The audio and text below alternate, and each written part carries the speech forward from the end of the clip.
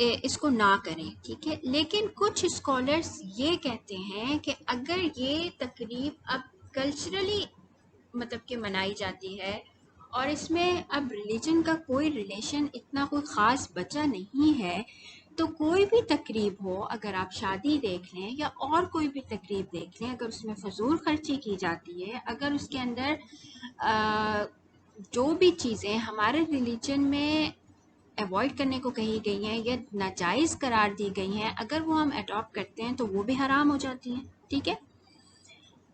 جیسے for example بہت زیادہ گرینڈ پارٹی اور بہت زیادہ جو ہے اس کے اندر لائک سانگس کے ساتھ لائک ایکسٹرا بہت ساری چیزیں جو کہ ہمارے اسلام میں جائز نہیں ہیں، ان کے ساتھ اگر کی جاتی ہیں تو یہ جائز نہیں ہے. اس پہ زیادہ فضول خرچی کرنا بھی اچھی بات نہیں ہے. زیادہ اس کے اوپر بہت ساری گیدرنگ، اور وہ گیدرنگ بھی جو ہے مکس گیدرنگس وغیرہ ہوں، تو یہ چیز ہمیں نہیں کرنی چاہیے. اور نہ ہی ہمیں کینڈلز وغیرہ لگانے چاہیے، کیونکہ کینڈلز جو ہیں وہ ایک ایسی چیز ہے کہ جو کہ بالکل ریلیٹ کرتی ہے ان کے اس کسٹم کے ساتھ جو وہ ریلیجیسلی کرتے تھے. لیکن اگر ہم اس دن خوشی کے طور پہ اپنی بہن کو یا اپنے کسی بہت قریبی فرینڈس کو کوئی گفٹ دے دیتے ہیں یا ان کے ساتھ جا کے ڈنر کر لیتے ہیں، تو اس میں حرج نہیں ہے. وہ اس لیے نہیں ہے کیونکہ ہم کوئی ناجائز چیز نہیں کر رہے، ہم صرف ایک لائک اپنی خوشی کا ایک اظہار کر رہے ہیں کہ آج کے دن ہم اللہ تعالیٰ کا شکر ادا کرتے ہیں کہ ہم ایک سال ہمارا اور گزر گیا، خیریت کے ساتھ گزر گیا. یا ہم اس وش کے ساتھ بولتے ہیں کہ اللہ کرے تمہاری اگلے سال بھی بہت اچھے آئیں جیسا کہ یہ سال اچھا آیا.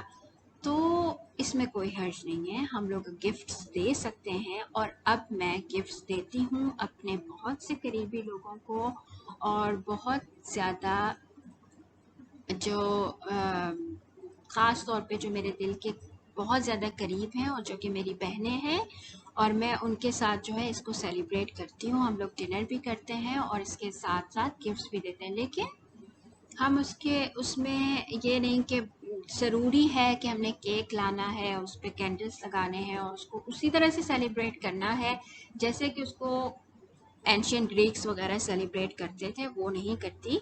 لیکن یہ ہے کہ میری اوپینین یہ ہے کہ اس میں ایسا اس چیز میں ایسا کوئی وہ نہیں ہے کہ آپ کا دل کرتا ہے، کیونکہ آپ دنیا میں دیکھ رہے ہیں کہ لوگ کس قدر اس کو مناتے ہیں اور کتنا اس کو اہتمام کرتے ہیں. کچھ لوگ تو اس کو اپنی اینیورسری سے، اپنے عید کے تہوار سے، ہر چیز سے زیادہ بڑا اور زیادہ خوشی کے قابل سمجھتے ہیں.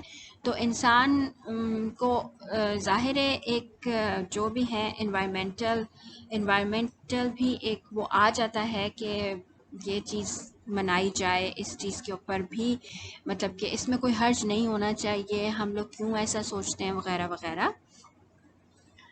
تو بس امپورٹنٹ بات یہ ہے کہ ہمیں ضرور دیکھنا چاہیے کہ ہم لوگ کچھ بھی سیلیبریٹ کر رہے ہیں تو اس کے بارے میں اس کا اوریجن کیا ہے.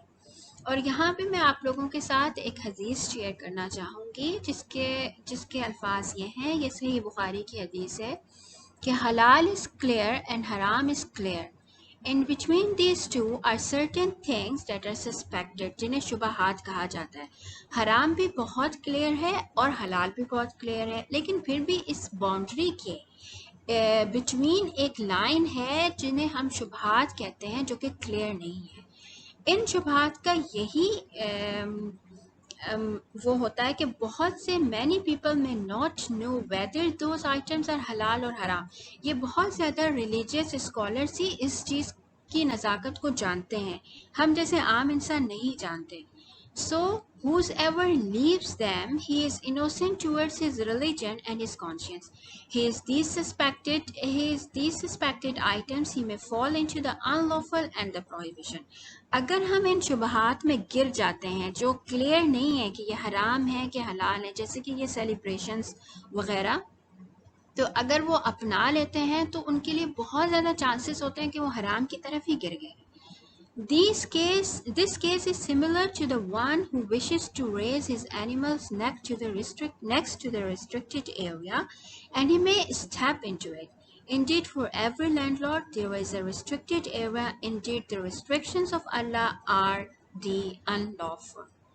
تو یہ بالکل ایسا ہی ہے کہ اگر کوئی بکری چرانے والا ایک ایسے ایریا میں اپنی بکریوں کو چراتا ہے جس کی بالکل ہی تھوڑی سی باؤنڈری کے بعد ایک ایسا ریسٹرکٹیڈ ایریا ہو جہاں پہ گھاس کھانا یا بکریوں کو چرانا الاؤ نہ ہو، تو وہ بالکل اگر اس کے قریب ان بکریوں کو چرائے گا تو بہت زیادہ پاسبل ہے کہ وہ اس ایریا میں داخل ہو جائے جو کہ ریسٹرکٹیڈ ہے. تو اس وجہ سے تھوڑا دور ہو کے اگر وہ اپنی بکریوں کو چرائے گا تو وہ سیف رہے گا. تو بالکل اسی طرح کہ اگر ہم لوگ ان چیزوں سے دور رہیں گے تو ہم اتنا ہی سیف رہیں گے. اور آپ جیسا کہ جانتے ہیں کہ اب ہمارے جیسے ہی گلوبلائزیشن بہت عام ہو گئی ہے تو کلچرز بہت مکس ہو گئے ہیں. ہم لوگ بہت آسانی سے فادرس ڈے بناتے ہیں، بہت آسانی سے ویلنٹائنس ڈے بناتے ہیں، بہت کامن ہے مدرس ڈے بنانا. لیکن میں یہ چاہوں گی کہ پلیز ہم جو بھی چیز منائیں ہم ضرور اس کے بارے میں سوچیں، اس کا اوریجن دیکھیں. فادرس ڈے اسی وجہ سے بنایا جاتا ہے کہ ہمارے اسلام میں تو فادر کو ہم لوگ کہیں ادھر ادھر رکھ ہی نہیں سکتے. یہ الگ بات ہے کہ ہمارے کبھی اس طرح ہوتا ہے کہ ہم کمانے کہیں اور چلے گئے، ہمارے فادر یا مدر ہم سے دور ہو گئے، لیکن یا ہم لوگ میرج ہو کے چلے گئے تو چلیں ہمارے فادرس اور مدرس ہم سے دور ہو گئے. لیکن یہ فادرس ڈے تب ہی عام ہوا تھا جب انگریز یا جو بھی نان ریلیجیس لوگ ہیں انہوں نے اپنے فادرس کو، اولڈ مدرس کو یا فادرس کو جس کو بھی اولڈ ہاؤس میں رکھنا شروع کر دیا تھا.